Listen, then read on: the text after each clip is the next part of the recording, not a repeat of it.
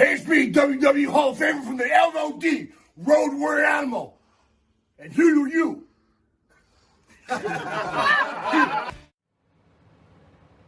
Yeah, I gotta do this when? Now? I'm watching a match. What is now? Now is, oh, now. Yeah. Thanks. Hey, this is the Pharaoh from Monty and the Pharaoh. I just want to say thank you to our subscribers as we now have hit the 10,000 plateau. Thank you to all our subscribers out there. But I'm going to ask our subscribers to take the next step for us and become a full-fledged YouTube Monty and the Pharaoh member. Yes, that's right, folks. You can check it out. We've got 3 different levels. There's free shirts. There's free autographs. There's all sorts of perks for our members. There is nothing more we enjoy than giving you this program. And to do that, we need your support, and we appreciate your support. This is Jimmy Pharaoh, and don't forget to check out Monty and the Pharaoh every Thursday from Indie Music TV and on Cablevision here locally in New York. Long Island's #1 pro wrestling broadcast, Monty and the Pharaoh. Later. Is that good enough for you? Can I finish this? Lesnar's killing him. I'm pissed.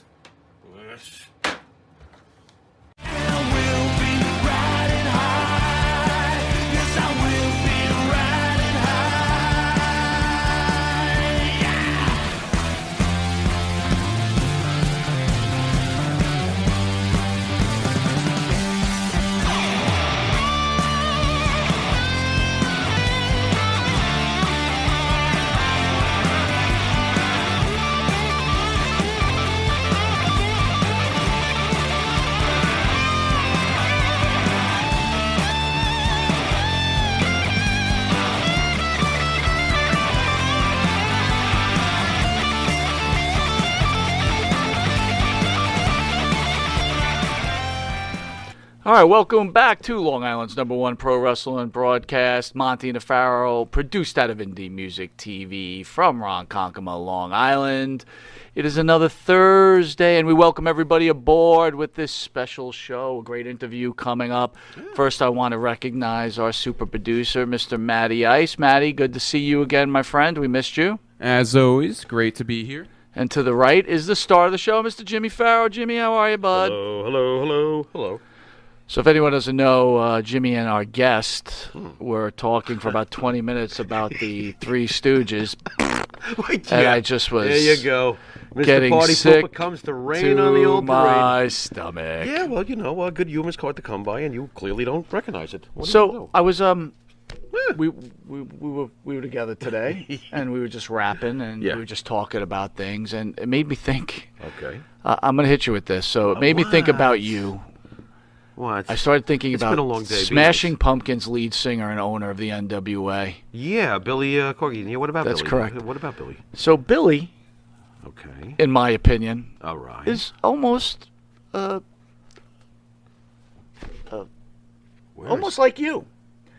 So Billy Corgan and I are alike? kind of, and I'll explain. I guess that's not bad, but it depends So on how you Jimmy, explain it. What? Jimmy's a What? musician and he's a rocker, and Yeah, okay. you know, I keep preaching to Jimmy how maybe he should. C.J. Duncan, you have the entire Three Stooges collection on DVD, Yes! bro. We love you, but I don't No. know what the hell you're doing. I know what you're doing, having a great time. Way to go, Anyway, SCJ. so Jimmy, Yeah. What? Jimmy is a rocker, and I keep telling him about going to the beach. But I was looking across the table at Jimmy, and we're talking, and I'm like, he saw how reminds me pale of I am? Billy Corgan. Oh, yeah. Billy Corgan. Wait a Every minute. time I see him, He's ghostly white. exactly. Are you telling me I'm Casper? What are you trying to well, tell hold on, me? I'm not done. And you're then certainly not done. And then Go on. Billy looks very uncomfortable. Like you can never see Billy Corgan wearing beach trunks. You can And I'm never thinking see to the myself, Pharaoh. I can't see the Pharaoh wearing No, beach the Pharaoh trunks. doesn't show the Pharaoh's knees. What's wrong with you? Happy birthday, Mark. We're glad to have you with us on your birthday. Happy birthday wishes, brother. Thank you for joining us. Russell Campbell, you're What's the up, man. Russell? Welcome What's up? back, big guy. What up? Todd, it's Thursday again, and we're going to have another great show. You better believe it. Here It's we going to be go. fantastic. Here So, we go. anyway, Yeah. I just want to see the Pharaoh at the beach. How about the Pharaoh and Billy Corgan at the beach doing cannonballs? Billy Let's do Corgan it. looks like he's constantly sweating. He's wearing a sweater in 100-degree weather. Do you like his band, at least? Yes. Yeah, Smashing Pumpkins is But good. you can understand why people would not like his band. Would Well, you agree? If they don't like it, it's probably because he has a unique voice, and Yes. either it's for you or it's not. I love his voice. I think he's great, and I love his songwriting, and he's got great lyrics, and I think he's really cool. But you understand why people may not like his music. Absolutely. Right, I 'cause love it's Bob different. Dylan, but if I can't understand why people don't like Bob Dylan, then something's got to be wrong with me. Well, what if people didn't like the Beatles? Something's wrong with them. Thank you. Yeah, something's wrong with them. Well, you got to be tone deaf. I mean, what? Hell, they're too much in harmony. It's terrible. So I know you haven't been catching the A&E documentaries, Yeah. but the final one came out with Bret Hart, and Right. he Pharaoh was doesn't have a television set. well. So what did you watch for me? Tell me about it. Was it good? Well, it was a usual documentary, like a Bret Hart one that you've probably seen before. With I some- consider you the king of documentary watching. thank you. You know your Thank shit, you bro. very much. There I go. I got to put a horn in on cable now. But how would you rank this documentary? Because you know your documentary. fantastic. So it was fantastic. Okay, tell me more. But it's the same story, but it's funny how you could learn from wrestling. Everybody out there, it's like one important thing that Hart said. Right, he was carrying all this anger, right, He's been over the known to- Montreal screw job. He's been known to do that on a lot Right. of things. Go on. He had a stroke, Yeah. and then he said one day he just dropped the anger like this big bag of rocks, Towards the screw job in just particular? period, against He dropped, Vince. He dropped all his anger? All his anger. It was like he said he was carrying this like a weight for years. But the way he explains it, it's like, think about all the weights we carry every day. Yeah, sure. And sure. what kind of stress we put under our body and how angry we are over a Right, certain thing, whether it's right. about the presidency or, you know, I stopped don't worrying know. about that. well, but I want to but live. but you understand what I'm I saying. don't think about politics. You know, Try not to. and I it's, got you. It's, I got you. It You was, know what it's I liken amazing. it to, and I think I've probably told you this off air, but it's important that I throw this out there. The thing that reminds me of the Bret Hart, Vince McMahon, Montreal Screwjob situation, as far as the long breakup and the years of resentment, and then finally they get back together. I've said it before here in New York. Once upon a time, there was a legend named Yogi Berra, and George Steinbrenner was the owner of the Yankees, and they had a falling out, and it was a bad one. And it lasted, I think, 15, 16, 17 years. How long did it take Hart to return? Over a decade, right? Yeah, sure. You know, and finally, two brilliant men who were, you know, famous for doing different things in the sport that they loved so much, finally got back together and made up.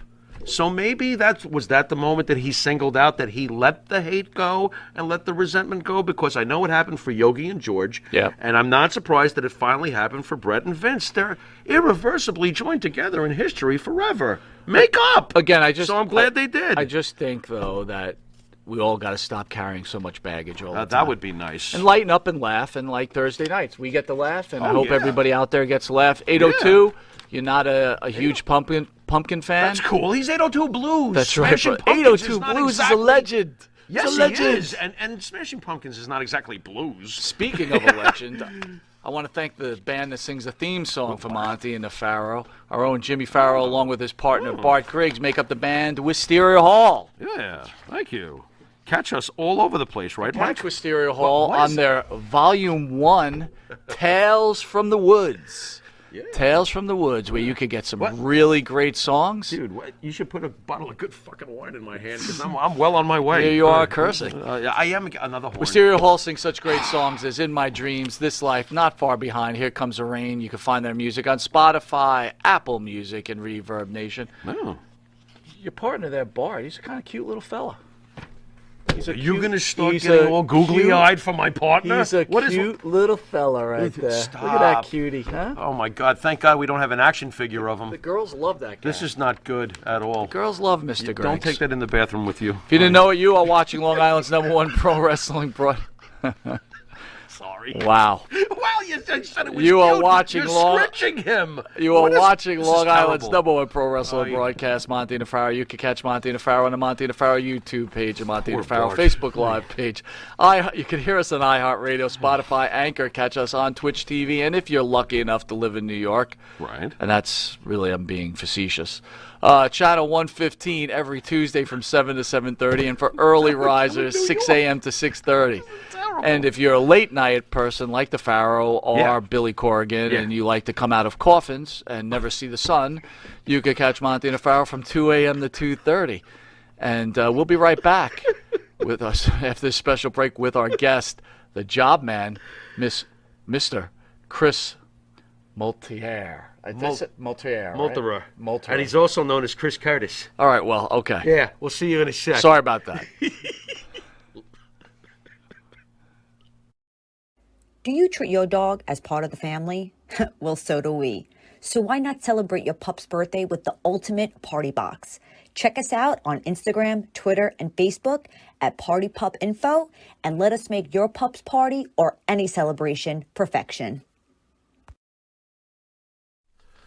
You want to star in your own success? Call QuickCast. www.quickcast.com. 866-7-CAST-NOW. That's 866-7-CAST-NOW. QuickCast. Start your own success. That's right, folks. Canine Corral for all your dog daycare and overnight care. Call 631-549-1544. That's 631-549-1544.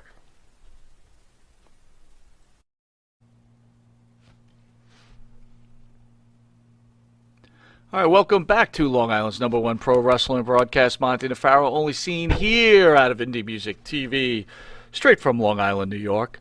As we are very, very excited to have our special guest, Mr. Chris Multerer, to the show. Chris, how are you, buddy? Hey guys, how are you? Thank you for having me. All right, well, we've got to end the show because you want to talk about the Three Stooges, so thanks for joining us. All right, Joe, I guess it's you and me, right?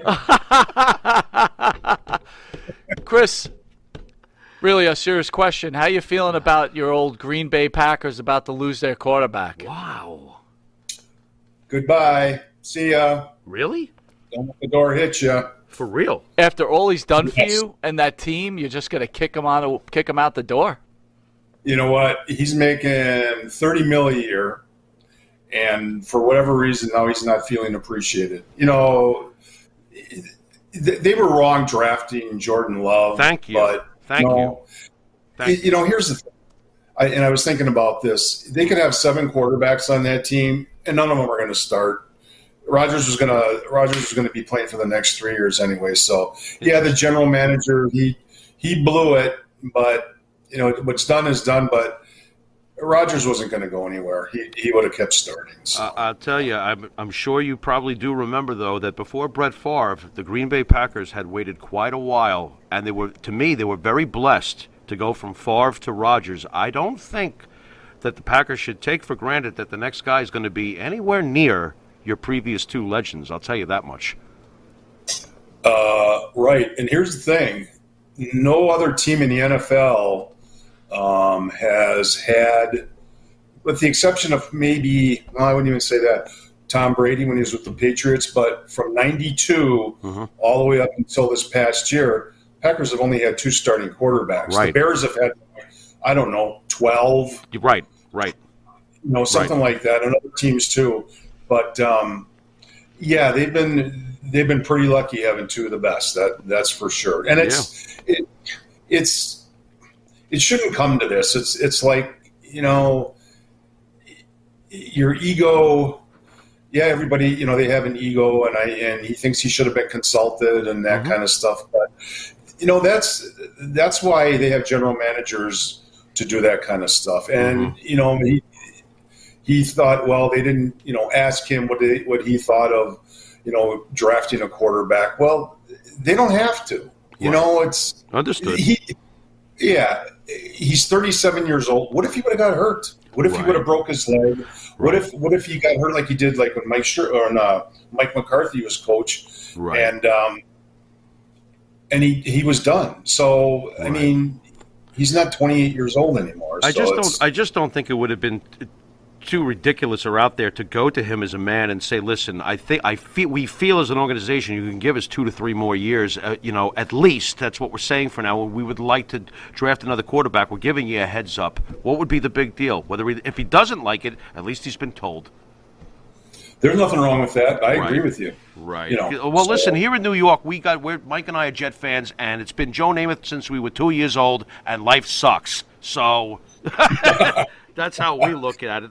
Chris, I wanted to ask you, why don't we get off to the races here? Being old school fans ourselves, it's very exciting to have you on. What made you decide to get into this business in the first place?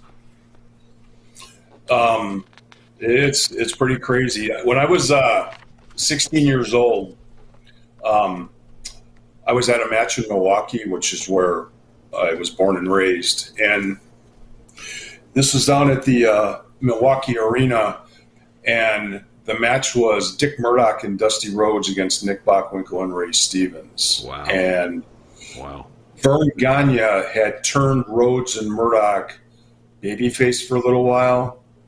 And so during the match, take matches at one time used to be 2 out of 3 falls. So usually what would happen, and I think the fans were catching on until then they turned up 1 falls. But whoever won the first fall would usually win the third fall, and the fans would catch on. But what happened was Murdoch and Rhodes lost the first fall. In the second fall, they were getting their heat on Murdoch. And while they were getting their heat, there was a couple of false tags. Finally, Dusty came in, made that big comeback, and all he did was, he did that kind of Muhammad Ali thing with his fists and got both of them, bumped one of the guys out of the ring, threw the other guy in, hit him with that big elbow, and he jumped up in the air and he dropped that big elbow on either Bockwinkel and Stevens or pinned him. I've never seen a pop like that in all my life, even if the Crusher and the Bruiser were in town. And I thought, you know what? This is what I got to do. I want to do this because I wanted to be the heel. I wanted to be the one where I'm the one who would generate the big pop for selling for a baby face. And that's what made me want to become a wrestler down the road. What was it like experiencing the Dusty Rhodes aura in person as a young guy watching something like that? Because while Bruiser and Crusher are absolutely amazing at what they did, you can't even compare the charisma to a Dusty Rhodes when it comes to showmanship. What was it like experiencing that for you? I mean, he clearly, obviously inspired you. He did. Dusty made the greatest comebacks ever for a babyface. Once he would get, if he was in a tag or he was in the singles, and once he made that comeback and those guys flew for him, there was, even as somebody in the business, that's something that I really, really like. Wow, I wish I could have wrestled him, and I would have too. I would have done a job for him in 3 minutes if that's what it was, and that's what it's all about. Popping those guys, making them look, stupendous, and getting the reaction from the crowd, sending them home. I wish I could have wrestled Dusty in his prime. How did you go about breaking into this business exactly? Did you find a trainer? How do you eventually wind up in places like the AWA and for Vince McMahon? What happened was I was actually going to a technical school and for photography, and I was taking pictures, and what I wanted to do was actually work for a wrestling magazine if I couldn't get into the business as a wrestler. And so, make a long story short, a guy was running these little outlaw shows in town, so I was taking pictures, and he told me, he said, "Hey, I can't pay you, but you look like you're a big enough guy. Would you be interested in learning how to wrestle? But I'll use you as a manager first." And I thought, wow, sure. So that's what I did. And then fast forwarded a couple months down the road, there was a guy in Milwaukee, and you just showed a picture of him where I was throwing him into the turnbuckles of the ropes. Tom Stone. He's the one who was instrumental and breaking me in, getting me to the AWA, Kansas City, St. Louis, Mid-South, and the WWF. He was the guy that the office would go to when they needed guys. And so he was so instrumental in a lot of our careers, getting us to the big time. And I mean, I'll never forget him for it, because I'll always be grateful for what he did. So. Training difficult for you in the beginning? Did you question your decision to try to get into this business? No, because I was athletic. If I would have went through Vern's camp, I don't know if I could have done it, because Vern tortured you. Okay. He really did. I mean, when you got a fireman's carry a guy up, 4 or 5 flights of stairs, and like you're going through the fire department training and free squats and all that kind of stuff. But with Tom, his real name is Steve Hall, we learned how to bump, and that's all we did. It was 4 months of 5 days a week, 2 to 3 hours a day, and we learned how to bump. We learned how to take, fall, go over the top rope, learn holds. It was all learning how to protect ourselves, learning wrestling holds, learning the basics. So in essence, it was pretty easy. It wasn't really a hard thing. Yeah, we were sore, but I think I learned, from one of the best, as far as, they didn't have to beat the hell out of you to learn the business. We just wanted to be smart. And he knew when you were ready to take you up, to either Minneapolis or down to Kansas City or St. Louis. And eventually, I was in the business, 7 or 8 years before I went to, work for New York. So Chris, not many people get the opportunity to speak to someone that got to work in the AWA, especially as early as you did. What was it like working for Vern, and what kind of person was Vern? First time I met Vern, it was like meeting the president. The guy was an absolute legend. If Vern didn't like you, he'd get rid of you. Bottom line, he would tell Wally Carbo, the guy who booked us for TV or house shows, he'd say, "I don't want this guy back ever again." And I've heard him say that to guys. I was able to work for Vern for 10 years.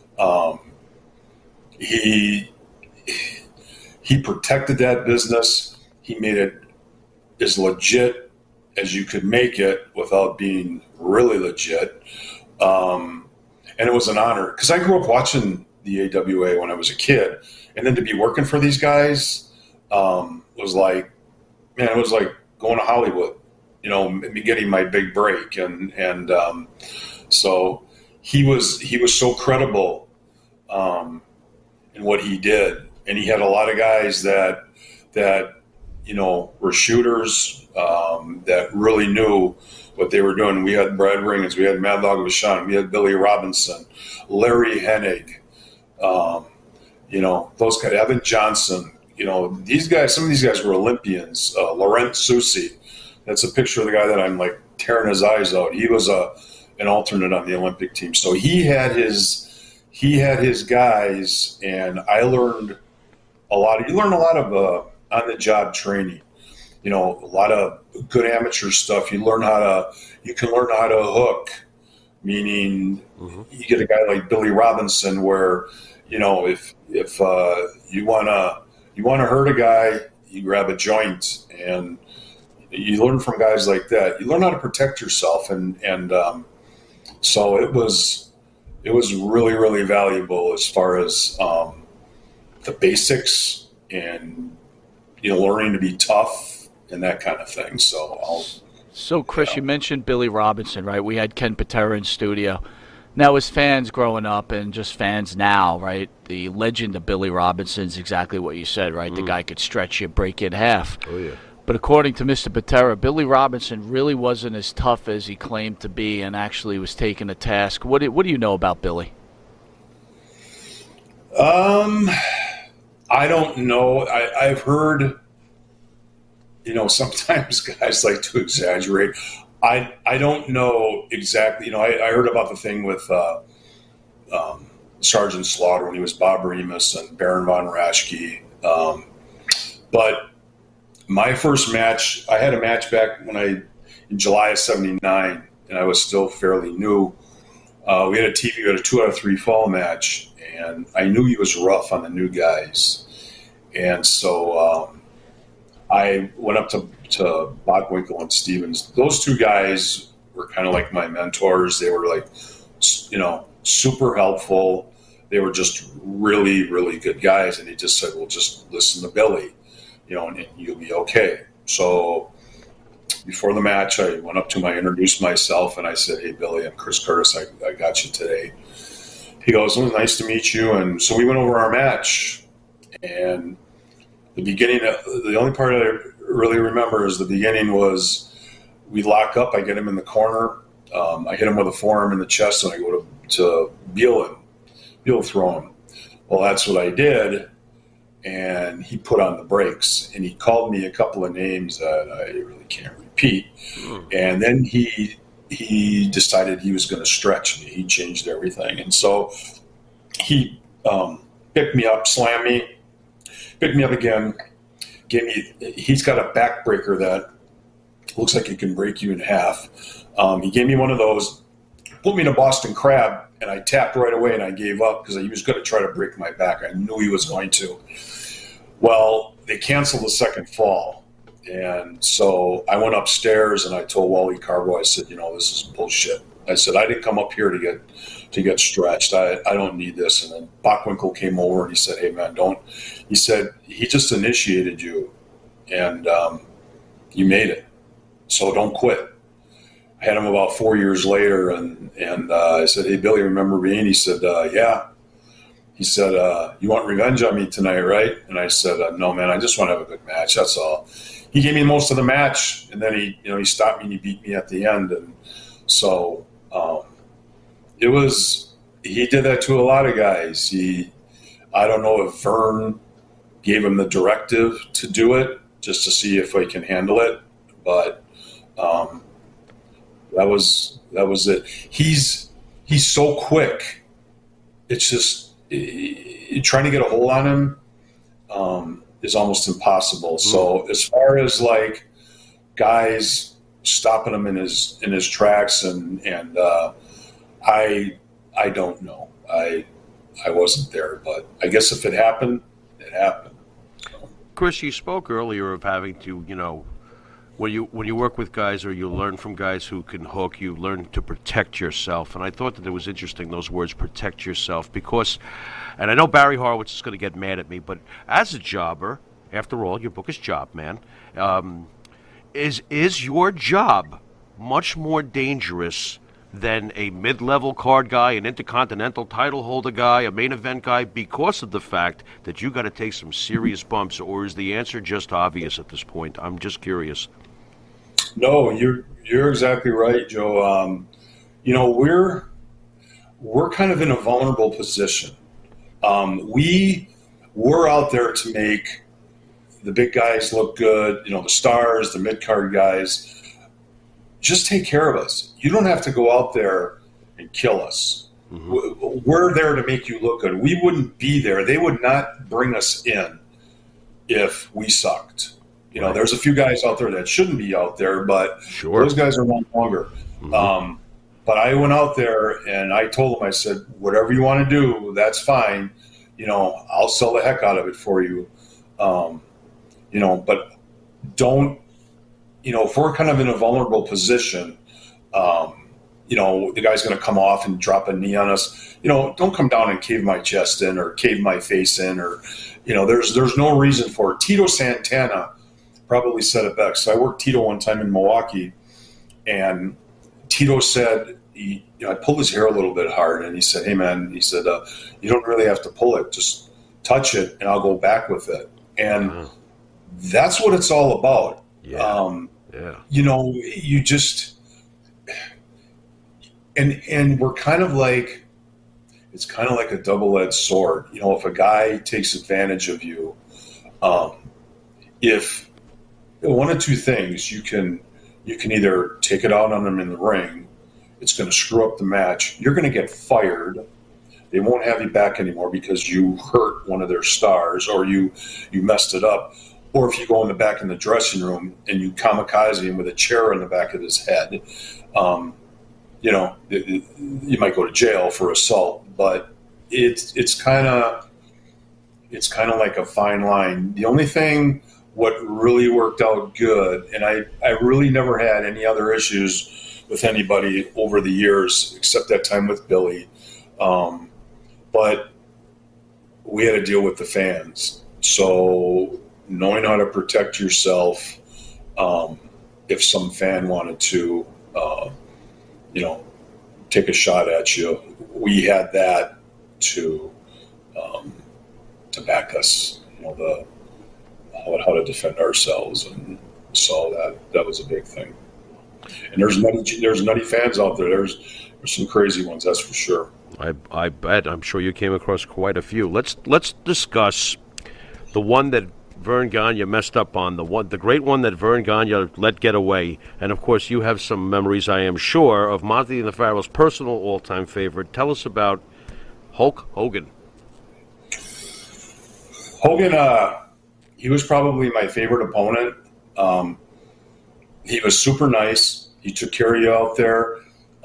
Super light. Hogan had a habit. What he would do is when he would hit you in the head, he put his hand on the top of your head, on your forehead, and he hit his own hand. He wouldn't even touch you. And, you know, he was just big and strong enough that when he, you know, if he would slam you or he would suplex you, he would just come down and he was the ultimate job guy's dream to wrestle him. Oh Really? My God. He was just the most wonderful opponent. I mean, I could have wrestled him every day of the year and not have to worry about it. As far as what Vern screwed up, in my opinion, they should have given him the strap back in '82. They reversed it because, number one, in this business, after a while, and in any kind of sport, you get sick and tired of seeing the same guys. It was back and forth between Vern and Nick with the title. They should have given it to Hogan because the people wanted something different, and They wanted him. They wanted him. They really did. They did. And if Vern didn't want to give him the title because he was squabbling about his payoffs, you know, for shirts, you know, T-shirt money in Japan and whatever else, and he wanted a real wrestler, you know what? Forget it, because they could have sold out everywhere. And if Hogan had the title, they could have certainly worked out different angles. I mean, you know, Heenan had Patera, Bobby Duncombe, Nick Bockwinkel, Blackjack Lanza. They could have worked out, you know, storylines and angles where they could have come back for over a year and a half, and the title wouldn't have mattered. It's just, you know, the storylines that they could come up that would have sold out. And Vern really missed his opportunity, and Hogan thought, well, you know what? I'm getting a call from Vince. I'm going with him, and I can't blame him. You know, I mean, I love working for the AWA and I love working for Vern, but it was a bad business decision on his part, and so I don't know if he would never publicly regret it, but probably deep down he did. What would Chris Curtis say to the internet fan, who, by the way, I believe is in the minority? He just has a very loud opinion. What does Chris Curtis have to say to the fan who says that Hulk Hogan was a crap wrestler and ruined the business? Doesn't matter if he was a crap wrestler. What matters is that he drew money. That's what this business is all about. That's right. It's drawing money. You know, who cares? Right. So people were enamored with him. He was just so big, so different. You know, and the funny thing is I worked guys before that were like Olympians, and, you know, they would tell me, like, I don't know why I have to do a job for this guy. And, I could beat him straight out. And I say, well, you know what? You're not in the amateurs anymore. This is professional. And they have to get away from that mindset that they can beat this guy, they can beat that guy. Forget it. I don't know if you guys remember a guy named Danny Hodge. Yep. Sure. Danny Hodge was probably the toughest wrestler ever, professional or amateur. Danny did jobs, and if it's a legitimate shoot, nobody was going to beat Danny. But he did what the business wanted to do. He was in it for such a long time, and there was other guys, Joe Scarpello, who was in Iowa. He was a 4-time Big Ten champion. This is way back around when Vern was an amateur, and he was an Olympian, and he did jobs. That's, who cares? It's pretend. It's not. It's a show. It's the outcomes are not real. They're all predetermined, and you're in it to draw money. That's all it is. And if you're with that attitude that I can beat this guy and I'm not going to do a job for him, well, you're in the wrong business. Sorry. How much do you think that Vern Gagne's purist approach towards pro wrestling screwed him up with Hogan? Do you feel like his traditional values got in the way? Because Hulk Hogan was clearly a huge change in pro wrestling, and Vern just didn't want it or didn't recognize it, or what do you think that was? He didn't want it. Plus, he had that thing where Hogan was selling T-shirts. Oh yeah, and he wanted some Hogan's money from Japan money, which was like it was just so stupid. Vern was a millionaire anyway, and it's like, Bill Watts was sort of like that too. Okay. Bill was like, he always had tough guys and everything, but guess what?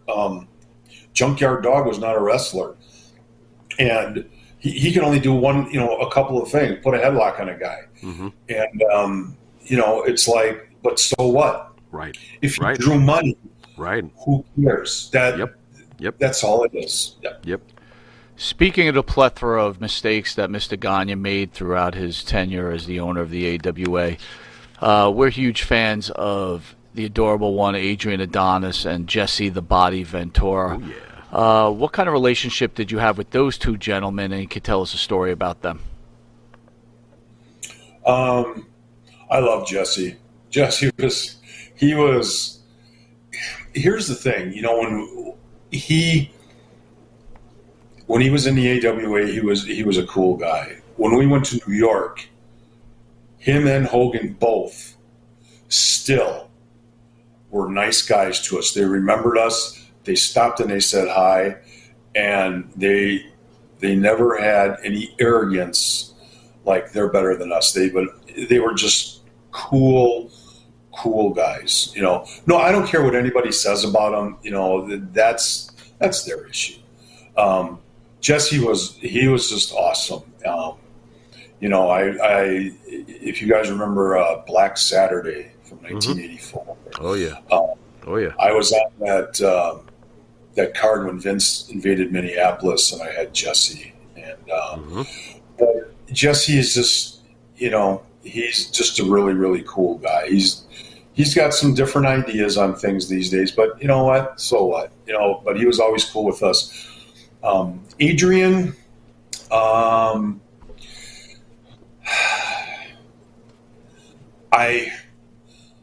don't like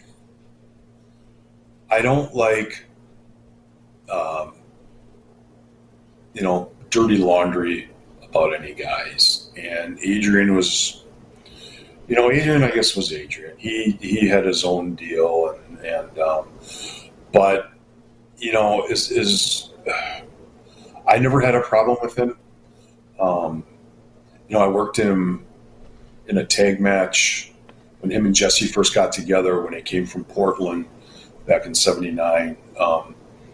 Adrian was a hell of a worker. He was a great, great worker. And then I had him in Milwaukee again, in the singles. And actually first as a singles, and they brought him in as a babyface, and then they turned him heel with Jesse, and they teamed him up. But I never had a problem with Adrian. You know, other guys had issues with him. I can only speculate, but I don't want to, I don't want to say bad about him. Right. Yeah, it sounds like you're fairly emotional about Adrian. Were you affected deeply when he passed away? I mean, after all, I think this is him you're grabbing here on your cover of your book. Yeah, that's Adrian and I. But no, that's Laurent Soucy on the back of the new book. Okay. Is with Adrian. Oh, the there other he is. one? Oh, never mind. No, there's the other book. You know, these The yellow sunglasses, you can't make out shit. Yeah, but no, There we go. he kind of like self-destructed, Right. and that's the sad part. I mean, there's a lot of guys out there that self-destructed that were like killer workers in the ring. Kurt Hennig and Eddie Guerrero, and that's the part that's really sad. So, Was there anybody you actually like, loathed getting into the ring with? Being the fact that you usually were making them look as good as possible. Anybody too rough with you besides Billy? Obviously that was supposedly an initiation, but was there anybody you saw over the years where you're like, oh man, I gotta perform with this guy again? No, really not at all. The only time You're lucky. right? You're lucky. Well, there was guys that we had our Milwaukee guys that would go to do WWF TV tapings, and there was a couple of guys that really were jerks. Dino Bravo. I worked Dino when he was a babyface in the AWA. Dino, he had one of our guys, and after the match, after he pinned him, he'd stomp on his face and break his nose. He did that like 3 times, and for no reason at all. And then the Iron Sheik, he put him in the camel clutch, and while he'd have the guy's arms like that, and the guy would be vulnerable, after he would like give up, the Sheik would release his arm, and he would smash his face right into the mat, break his nose. That kind of stuff is uncalled for. And then the Road Warriors, I wouldn't want to wrestle them because they were so green when they first got into business that it's like, I'll be damned if I'm getting in the ring with these guys, because Ole Anderson, the booker down in Georgia, just told them to go all out and kill anybody. And even the guys that were on top didn't want to wrestle me because they were so green, they didn't know any better. They just listened to the office and told them they did what Ole said. And but only one other time, and it wasn't really too bad. I was wrestling, Tom Stone and I were wrestling the Hart Foundation, and Bret Hart got pretty stiff out there. He was laying in some elbows and kicks that were connecting pretty good.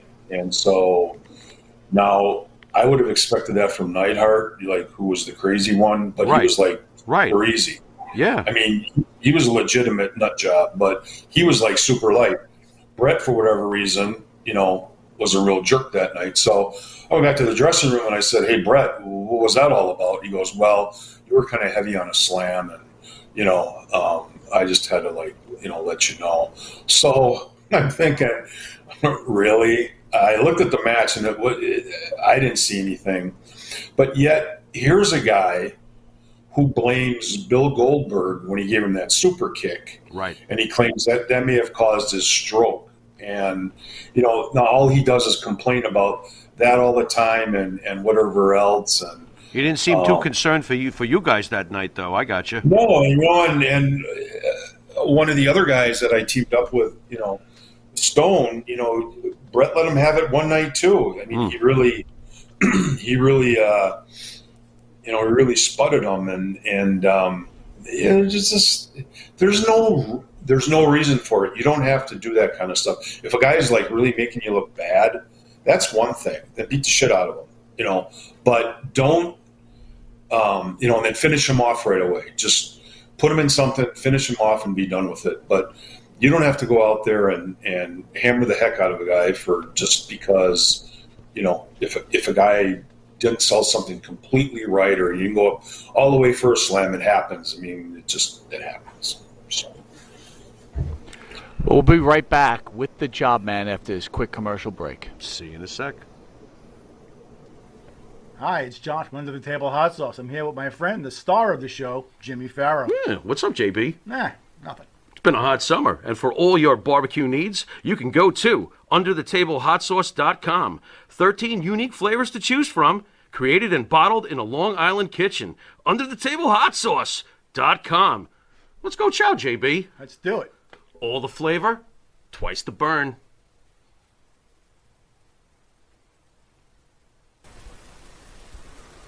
M&J Video Games and Collectibles. Sport and non-sport cards, wrestling items, autographed items. We buy, sell, and trade. M&J Video Games and Collectibles, located at 1049 Queen Street, Southington, Connecticut. Call us at 1-860-479-9223 or 860-93-GAMES. M&J Video Games and Collectibles. All right, welcome back to Long Island's #1 pro wrestling broadcast, only seen here out of Indie Music TV in Ronkonkoma, New York. Our special guest is the Job Man, Chris Curtis. You could get his book on Amazon. I got to tell you, people, if you're a wrestling fan, another excellent book. I love reading excellent books about behind-the-scenes stuff and just about the thoughts of the person wrestling. So we are honored to have this guest in here. A quick special shout out. Lee Cole is watching. Lee will be on next week with a possible special reveal that he wanted to share with Monty and the Pharaoh. Nice. So Chris, we got a fan out there. We spoke a little earlier. Can you just tell us about your one run-in with the so-called Ultimate Warrior? Well, it really wasn't running, but we were in Illinois, and gosh, I wish I could remember it was the capital of Illinois, and we were doing TV, and the State Athletic Commission always had the doctors take our blood pressure, and he was standing in front of me, and doctor took his blood pressure, and he just kind of like looked up at him and kind of looked at thing again. He goes, "Here, I need to redo this again," and because he was pretty jacked. I mean, really jacked. So whatever he was on, but he was fine. I mean, he said hi and everything. He didn't talk with that, that stupid, his cartoon character look, but he was okay. I never had to work the guy, and even if I had to work the guy, I wouldn't have cared. Probably the only thing that I wouldn't have liked was, these guys, when they would press slam you over their head, and instead of like going over, landing on your back, they would drop you, face first. Right. And it's just like, man, Yeah.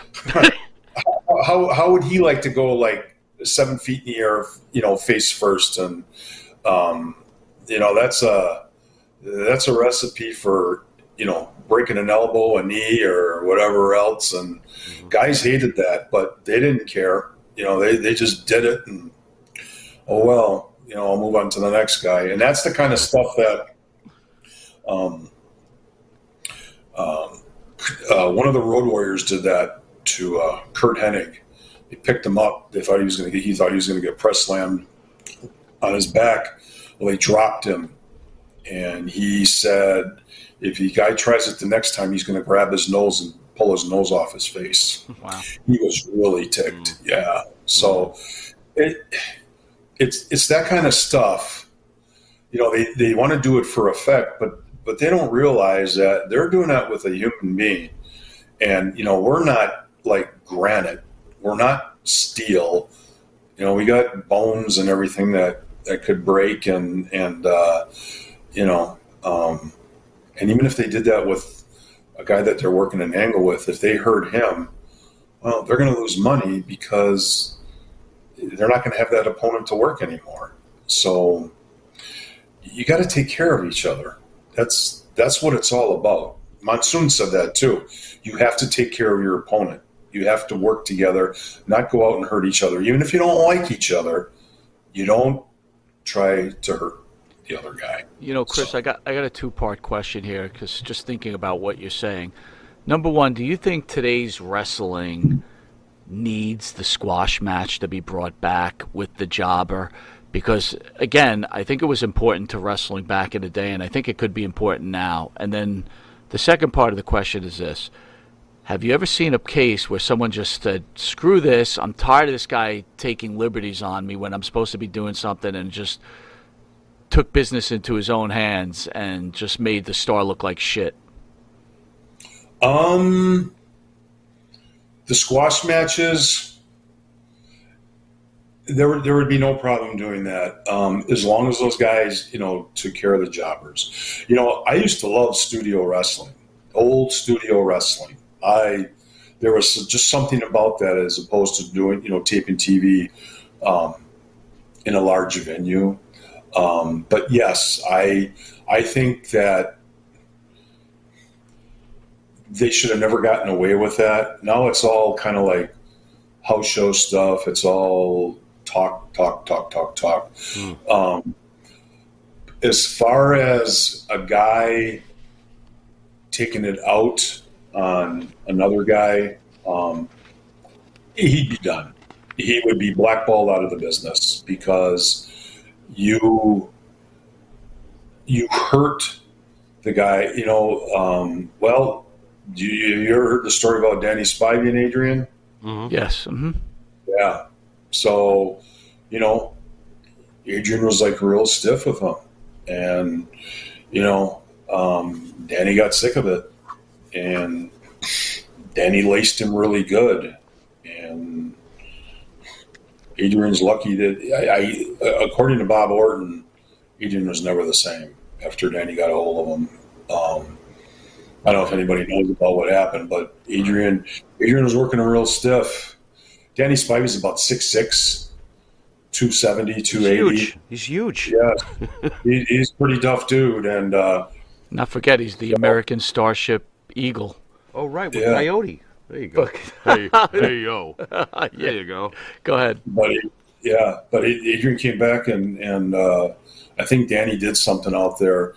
Adrian came back and tried to double leg him, leg dive him. Danny hit him, split his whole side of his face. Wow. And almost killed him. Wow. And so they had to take him to the hospital. I don't know if anything ever happened to Danny. But I don't know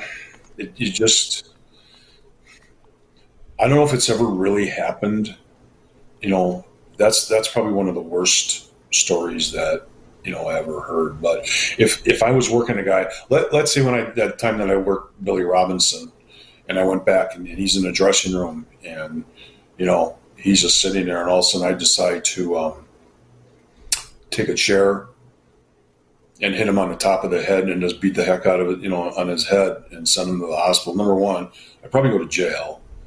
Number two, I would have been blackballed out of the business. So it's kind of like you talk to the guy, say, hey, man, you know what?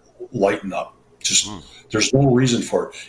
That's why you talk things out. You don't go out of your way, because once you do something to somebody physically, you can't take it back. There's no, rewind everything. But if you talk it out, you might be able to work it out. And sometimes that usually works out. Happened with me and Billy, worked it out, Right. Yeah. Russell Campbell asks out there, I don't know if you can answer this, but he said, did Ric Flair throw jobbers a couple extra bucks out of his own pay? That I don't know, but Ric Flair was always one of the guys that was always really good to jobbers. I never wrestled him, but he always respected them. He always gave them, a match. Harley Race was another one who was really good to the job guys. Nick Bockwinkel was really good to the job guys. Oh, my favorite, Bockwinkel. Yeah, Mike doesn't like Bockwinkel either. Just figured I'd throw that in. Stooges and Nick Bockwinkel. What's going on? Yo, here, you're speaking about the AWA, okay? Look, I understand. Again, this is, wrestling fans flip out when I say this, but it's like I just never got the Bockwinkel thing. I guess I understand he was a great wrestler, but I just never got it. I just couldn't imagine people flying to your local stadium to see Nick Bockwinkel in the main event. You wanna smack me down right now, Chris, and tell me I'm out of line? No, there are some guys that like and don't like, and sure, But when he was with Heenan, that just amped it up even more. Oh yeah. But as far as like Flair, I heard that he did. Sometimes he requested, certain guys. He would request like George South down in the Carolinas. Okay, who was really good. Some guys would say, "Hey, I want to work this guy," but Flair never went out of his way to to hurt anybody. Maybe he did. Maybe he gave him like, here's an extra $25 or $50 to, for putting me over like that. I would have asked for one of his escorts. Forget that $25 or $50. It's funny. Give me one of Ric Flair's It's leftovers. funny we're talking about this because tonight, right? And I'll take a backdrop over the top rope for you. But you think you're right, but we have a Baby Doll in studio in a couple of weeks, and for what I understand, when Baby Doll used to travel with Flair paid for nothing. Wow. So woo. So maybe it's all not true. Who knows? Chris, let's get to the title of your book. A lot of wrestlers hate the term jobber. We're actually afraid to say it to certain guys. Oh, absolutely. So absolutely. I got to ask you, especially Barry. Why job man? Why? How do you feel about the backlash towards the term, and why job man, Chris? Tell us. Because I think it's unique in the name. It's like that's what I was. I was a job man. I had no problem with it. It's kind of like it. I think it draws attention really good. And that's what we did. The guys who had the finishes, they never came up to me and said, "Hey, by the way, you're doing an enhancement tonight," or they never even said you're doing a job for so and so. You already know whoever you're going to work. You're going to do a job for. If it's a mid card guy or whatever. Now, if it's another guy that would do jobs, you might do a 15-minute Broadway in the opener or something like that. But I mean that term has been around forever. CJ Duncan says it's better than being called a ham and egger. Yeah, that's a little demeaning. That's where he gets that from is Heenan. Heenan used to call guys ham and eggers, right. But guess what? You take it in stride because you know what? It's showbiz. It's like you can't take a lot of this stuff personally. If they said, well, okay, Curtis, you're an enhancement talent. Okay, then I guess I'm an enhancement talent. But guess what? I'm a job guy too. So whatever. I mean, some guys just my goodness, they're so opposed to that label, and it's not really derogatory or demeaning or anything. It's just a term that was given to us in the business. That's all. Andrew Barton says, "Call yourself a carpenter." What do you think of that? What is that supposed to mean? Is that supposed to mean? I guess maybe instead of jobber, you could be a carpenter or a plumber. Yeah. And wear polka dots. Let's get a little serious here, right? Farrell just caught on to that one. No, I'm processing Sapphire. Oh boy! Don't call me Sapphire. No, not you. I'm thinking about him with Sapphire. Actually, I've been trying to forget it for 30 years. Thanks a lot, Mike. We've spoken a few times, Chris, and you're a very well-grounded man, and we know a few ex-wrestlers, actually quite a few, that are pretty well-grounded. But why does it seem more than not that these wrestlers, after they're done, are just broke dick and they've got nothing left What's going on? What's the issue here? Lifestyle. Well, they probably. Okay. I think like the bigger names.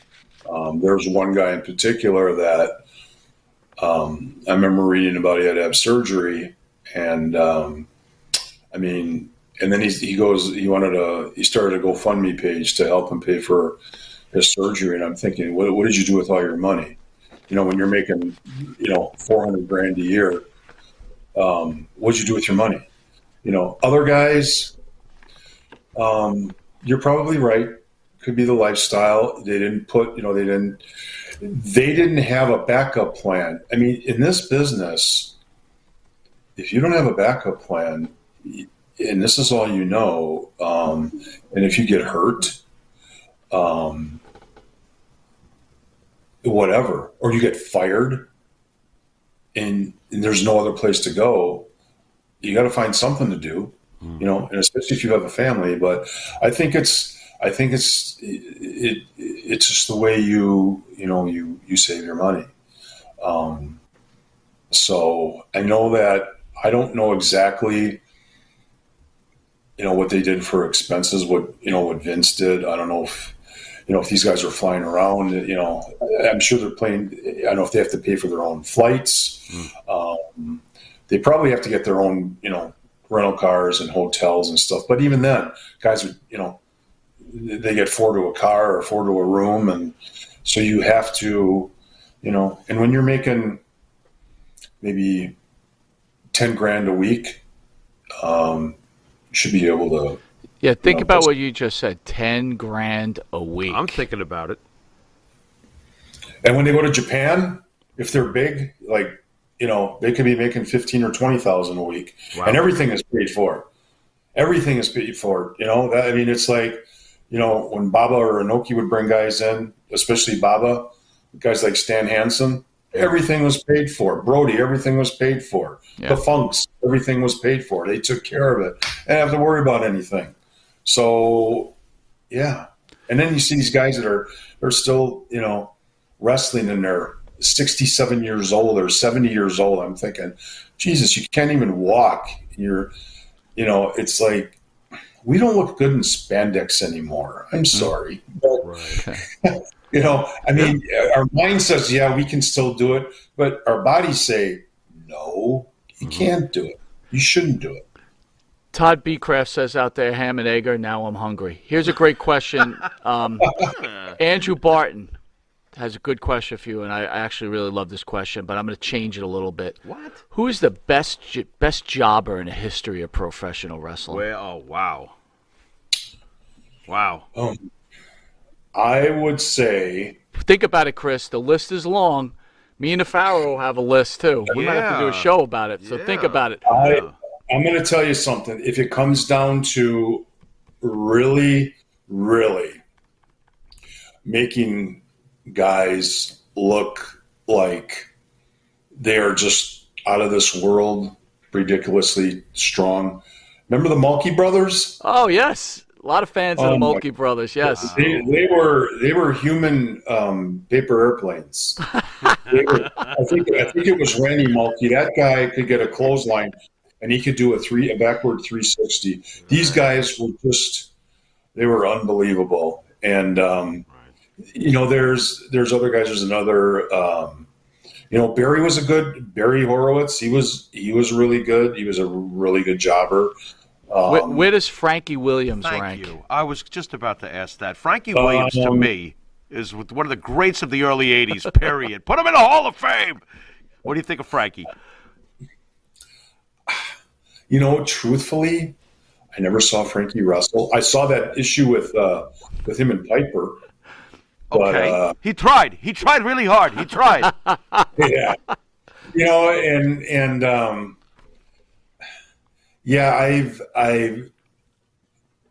I really, I want to be honest. I've never really saw, Frankie wrestle. How about Johnny Rods, Jose Estrada? Yes, those guys were really good. And here's this thing about those two guys. They were. What would happen was Don't forget about Vince- Orange Cassidy, Chris, Oh, by the way. God. Orange Cassidy. Here we go again. Sorry, Chris. We left the bust on Orange Cassidy. Never heard of him. Yeah, well, that's because good for you. he's in AEW right now sucking. Oh. Sorry. He's a current guy. He's a current But guy. Rods and Estrada were really good. Those guys were Vince Senior's, like, when they would bring new guys in, because they were usually heels, Estrada and Rods, and when they bring in a new baby face, Vince would go to him and say, how was it? And so he valued their opinion, and they were tough guys too. I mean, they were really good. I mean, they were jacked, and they were really, really good performers. So, I liked them. They were, and they had a legitimacy about them. They didn't get killed. Right. They still put a guy over, but Right. They put up a fight. Exactly. Oh, They were yeah. good. Oh, yeah. Did you have any contact with Vince over your time? Vince Jr. I did. Yeah. Right. What was that like? Vince, he was really, really nice to us. He would see us when we were walking through, or they would always have like a big buffet for everybody. And when we were walking in, he would say, "Hey guys, thank you so much for coming. I appreciate it." He goes, "Don't forget to eat. There's a nice buffet out there for you guys." So he was always cool. My dealings with Vince were, number one, when I got my head shaved by Brutus, Vince went crazy, and he actually came back, and he liked it so much. He told Strongbow who would pay us. He told me to give me an extra $100. Nice. Yes, and then a couple weeks later, I was wrestling the guy. I don't know if you remember the one where I was supposed to wrestle DiBiase, and DiBiase said, I'm a preliminary bum, and he's not going to wrestle me. And so he's got another guy that is going to do a sweat for him, Art Washington. That was all Vince's thing. Vince came up and he said, "Hey, I want to do this. Would you be okay doing this?" He actually asked me if I had a problem with it. And I said, "No, whatever you want to do." I went over, beat Art in about a minute and a half, and I thought, man, they might start using me for a little bit more, but that was okay. Always nice to us. I never had a problem. I was always a gentleman. Very cool. So, Chris, we're out of time. What a fantastic interview. Yes. I want to remind everybody, please go get The Job Man if you haven't gotten it already. It's a great book. I loved it. I will be reading it again once I hit the beach this weekend if the weather's right. You're going to take me and Billy Corgan, too, right? I might have to bring you and boy. Billy Corgan. So what we're going to do to finish out the show, Chris, is we got something called the Pharaoh's Final Question. This is an unscripted question where it just comes straight from the Pharaoh's head. So have at it, Jimmy, the Pharaoh's Final Question. Now, if you hear an echo, Chris, I apologize because that's the space between my ears. Anyway, I wanted to ask you... By the way, a pumpkin's... Yes, pretty good, pal. Thank you. Very Thank smart. you. I caught that right away. There you good go. job. There you go. I wanted to ask you, Chris, while we have you on the show tonight, and thanks again. You were an awesome interview. Can you give me your Mount Rushmore of jobbers? Wow. Give me 4 jobbers that would be the epitome of your art. Well, I would go with 2 of them would be the Malkies. All right. And then I would probably go the other 2, probably the 2 guys that you mentioned before. Rods and Estrada. Rods and Estrada. Sure. Nice. Not a problem there. Exactly. That works, but Barry Horowitz is going to call us tomorrow. He's going to be pissed. Well, because he's not the jobber. He's talent enhancement. Well, that's true. I There guess you it's go. a free Well, pass for Barry on this one then. All right. They can put up a statue of Barry and Ida together and kind of like glaring at each other. With the Brooklyn Brawler. We might have to bring you behind both in here and maybe have a brawl. Brooklyn Brawler too of Steve Lombardi. There you go. Yeah. There you go. By the way, Russell Campbell says, "Great job, Chris." No pun intended. That's great. That's all I can do is I just want to do my job right. That's you it. Sure did, brother. You sure You did. know, Chris, I want to Great, thank Russ. you again, man. What a pleasure, and I look forward to having you back on the show, and I look forward to speaking with you again. You're a fantastic human being, and what a great interview. We have so much more to talk about. We hope to talk to you soon. Love it. Thank you guys so much. I really appreciate it. It's an honor. All right, brother. Thanks, Chris. Peace, brother. Thank you. All right, Jimmy. What'd you think? Nice job. Pretty good. Nice job. Nice job. Look at you. That was great. I thought that was great. I gotta tell you, this Chris has got tons of stories. We didn't even cover half the stories. I know. And the hour just flew by, and I never Well, even ever say That's the mark the hour of flew by. That's the mark of a great conversation. There you because go. we might be interviewers, but we like to talk to people.